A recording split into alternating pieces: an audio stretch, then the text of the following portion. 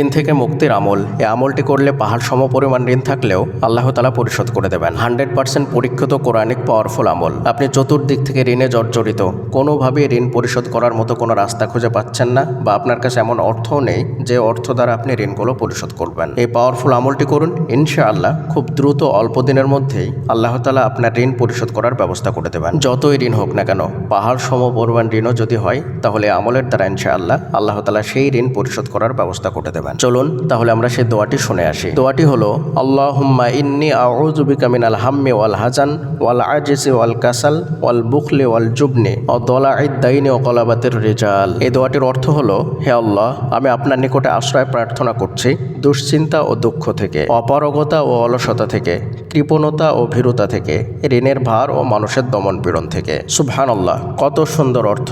একজন মানুষ যখন ঋণে জর্জরিত হয়ে যায়, তখন তার উপরে মানুষের দমন পীড়ন চলতে থাকে। চতুর্দিক থেকে মানুষ তার উপরে অত্যাচার শুরু করে, তাকে শান্তি মতো বাড়িতে থাকতে দেয় না, সে ঠিকঠাক মতো ঘুমোতে পারে না, সে ঠিকঠাক মতো খেতে পারে না। সকাল সন্ধ্যা মানুষ তার বাড়িতে সবসময় আসতেই থাকে টাকার জন্য, ঋণের জন্য, এবং সে এতটাই দুশ্চিন্তায় পড়ে যায়, কি করবে কিছু ঠিক পায় না। যার কারণেই রাসূলুল্লাহ সাল্লাল্লাহু আলাইহি ওয়াসাল্লাম আমাদেরকে এত সুন্দর একটা দোয়া শিখিয়ে দিয়েছেন, আমল শিখিয়ে দিয়েছেন। শুধু ঋণ নয়, বরং ঋণের কারণে যতগুলো সমস্যা মানুষের জীবনে তৈরি হয়, প্রত্যেকটা সমস্যার জন্য এই দোয়ার মধ্যে আল্লাহ তাআলা দোয়া শিখিয়ে দিয়েছেন। এই দোয়াটি বুখারী শরীফের হাদিসের মধ্যে বর্ণিত হয়েছে। এই দোয়াটি যদি আপনি সঠিকভাবে আমল করতে পারেন, তাহলে ইনশাআল্লাহ খুব দ্রুত ঋণ থেকে মুক্তির ব্যবস্থা আল্লাহ তাআলা আপনাকে করে দেবেন। দোয়াটি আমরা বাংলা উচ্চারণ এবং অর্থ সহ ডেসক্রিপশনে দিয়ে দিচ্ছি, আপনারা দেখে দেখে মুখস্থ করে নেবেন। দোয়াটি আমল করার জন্য নির্দিষ্ট কোনো সময় নেই, আপনি 24 ঘন্টা সময়ের মধ্যে এই দোয়াটি আমল করতে পারেন। বিশেষ করে সকাল সন্ধ্যা এবং ফরজ সালাতের পরে এই দোয়াটি বেশি বেশি আমল করবেন। কতবার আমল করতে হবে সেটা নির্দিষ্টভাবে হাদিসের মধ্যে কোনো সংখ্যা বলা নেই, আপনি যতবার ইচ্ছে ততবার আমল করতে পারেন। আর দেরি না করে